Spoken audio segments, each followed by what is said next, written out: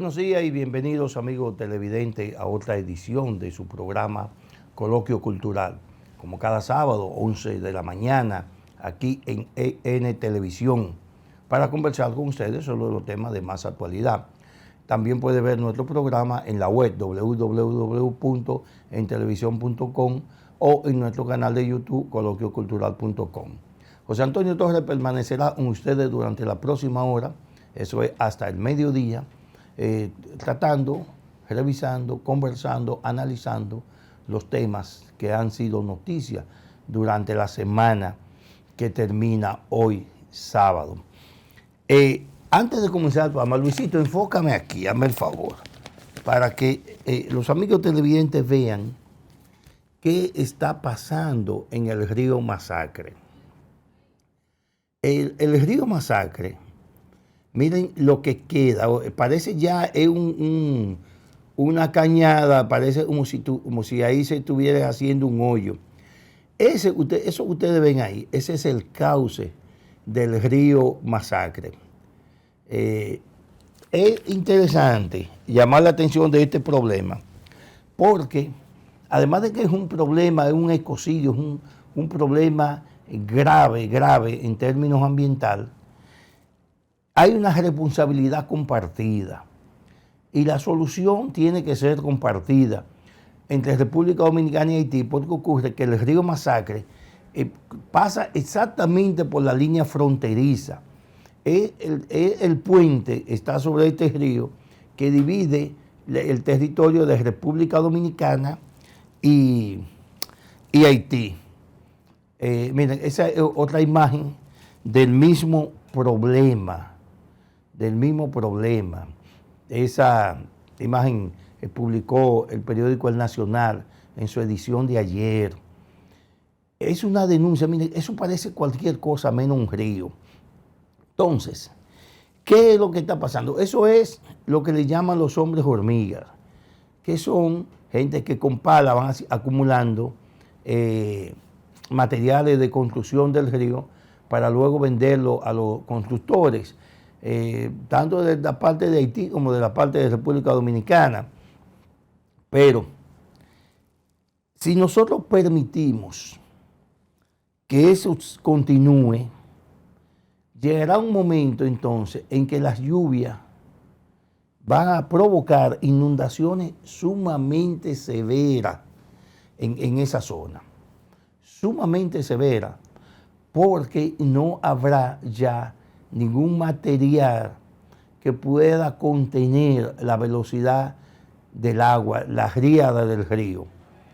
Y entonces ahí provienen las inundaciones que provocan daños sumamente severos. El otro riesgo es si eso se continúa en una parte más arriba, donde ya el nacimiento del río, entonces el río pudiera desaparecer. Uno de los problemas graves que tenemos en toda esa franja fronteriza es que los haitianos por cultura son depredadores. Hay dos elementos. Hay un elemento que es cultural, que son depredadores, y hay el otro elemento que es la necesidad. Nosotros en el país tuvimos serios problemas con el asunto de medioambiental, porque la gente lo hacía por necesidad. Luego se estableció una estrategia y era de pagarle a los campesinos para que sembraran árboles o para que protegieran un área.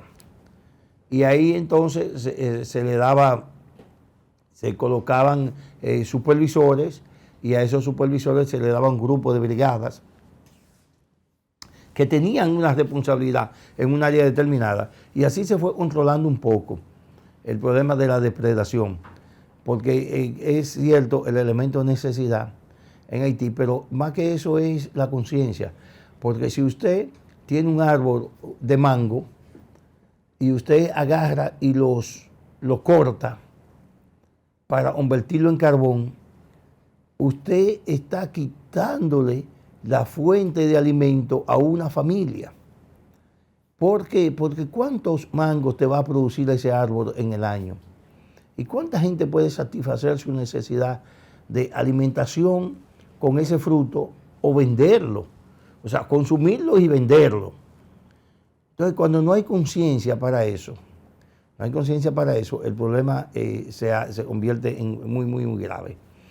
Otra cosa es que es difícil reforestar, y no sé por qué los organismos internacionales viven hablando tanta plepla, así decimos allí en Agua cuando usted habla babosería, sobre el problema de Haití. Nunca han diseñado una estrategia para reforestar todo el área, toda esa área fronteriza.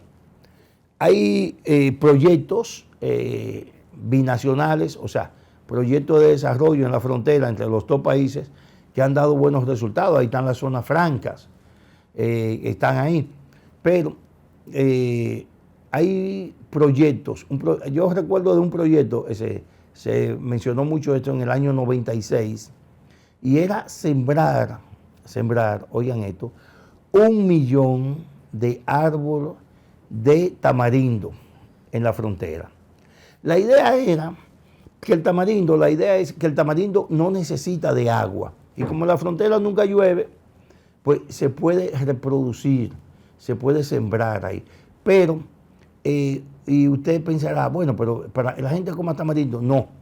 La idea era convertir eso en un proyecto agroindustrial. O sea, ese tamarindo se procesara en pulpa y jugo y se colocara en el mercado internacional. Eso era un proyecto que pudiera, aunque lo presentó República Dominicana, la idea era que lo desarrollaran, se hiciera en un proyecto conjunto con Haití, porque con eso usted controla un poco la migración hacia el territorio dominicano, pero además hay una fuente de trabajo y una fuente de alimentos para los habitantes de la frontera de uno u otro lado. Lo que está pasando con la zona franca, que el que vive ahí en esa zona, en esa área de zona franca, tanto los haitianos como los dominicanos, pues tienen un medio de vida. Ojalá que también ahora con el desarrollo de Pedernales y el aeropuerto de Oviedo se pueda también mermar un poco la migración con el asunto de la oferta de empleo ahí. Pero el problema sigue siendo grave. Nosotros hemos logrado incluso aumentar nuestra capa boscosa. Cuando digo nosotros, me refiero a República Dominicana como país. Hemos logrado, a pesar de que este año los fuegos forestales diezmaron una parte importante de nuestros bosques, porque nosotros tenemos bosques, diferentes variedades, pero tenemos un bosque húmedo, pero también tenemos un bosque seco, que en temporada de verano o en temporada de sequía, recuerden, en temporada de sequía, pues los bosques tienden a incendiarse de manera con el calentamiento, las hojas bien secas y la fuerza del sol en esta zona, especialmente en verano, o cuando hay prolongada sequía, y entonces este año fue muy malo en términos de los incendios forestales. Pero también hay quienes provocan los incendios de manera a propósito, con el interés de dos cosas.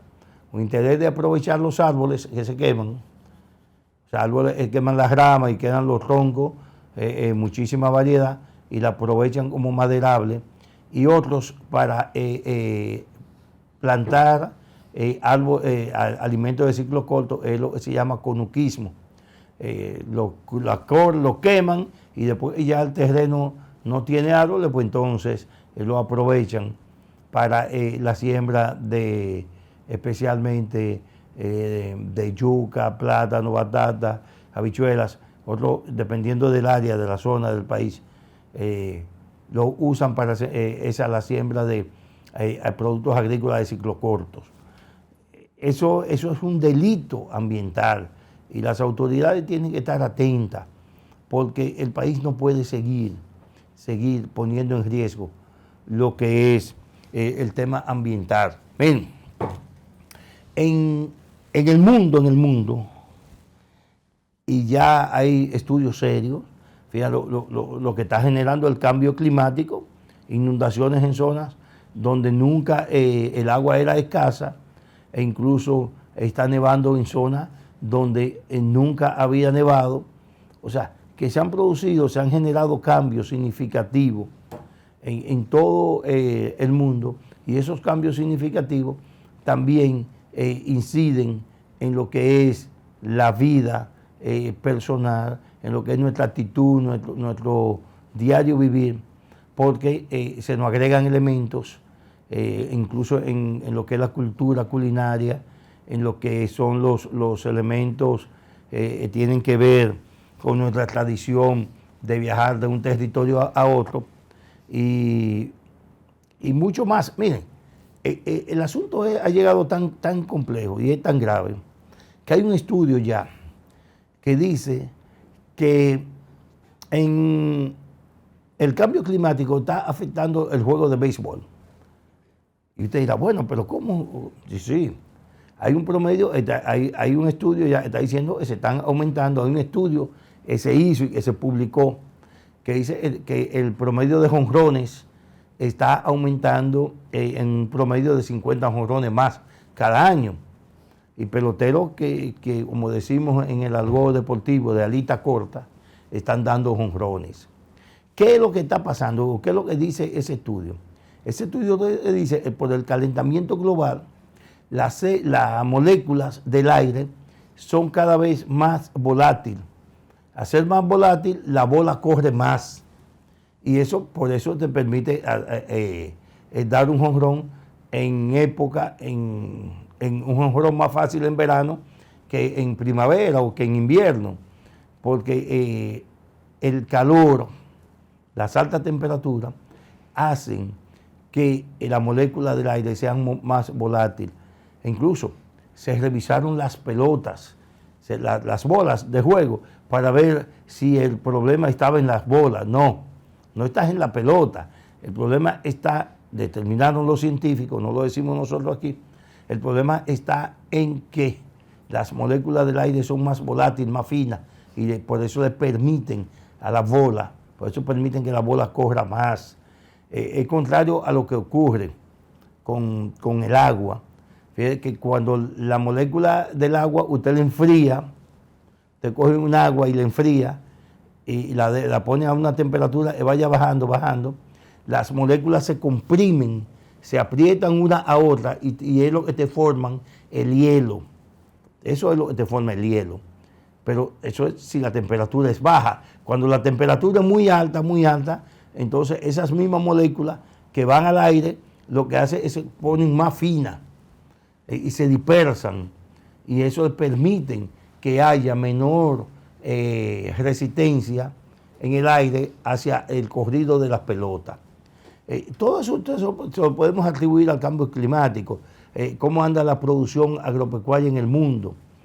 El mundo ya no está produciendo alimentos para la población, y por eso todos los alimentos sintéticos y con sus derivados, todas las nuevas enfermedades, patologías, los nuevos virus. Todo esto tiene que ver precisamente con el cambio climático. Y hay otros estudios estas son tesis que plantean que los virus que estamos viendo ahora no serán absolutamente nada para los virus que podamos ver en el futuro. ¿Qué pasa? Ustedes saben que cuando se congela un objeto, cuando se congela una partícula, esa partícula, eso pudiera mantener su vida, mantenerse con vida. Con el deshielo de los glaciares, los científicos temen que algunos virus o bacterias que tienen millones de años, miles de años congelados, pero que mantienen su nivel de vida, con el deshielo pudieran esos virus o esas bacterias recobrar presencia. Al tratarse de virus y bacterias nuevas, ¿qué pasa? Los científicos la desconocen, entonces necesitarían un tiempo para identificarla y para poder enfrentarla, diseñar una estrategia para enfrentarla. Pasó con la COVID, con el virus de la COVID. que no se conocía ninguna cura, porque había primero estudiar el virus y ver a qué era resistente y con qué se podía enfrentar. Pero bien, amigos televidentes, vamos a una pausa y cuando retornemos continuaremos con otro tema de actualidad aquí en Coloquio Cultural.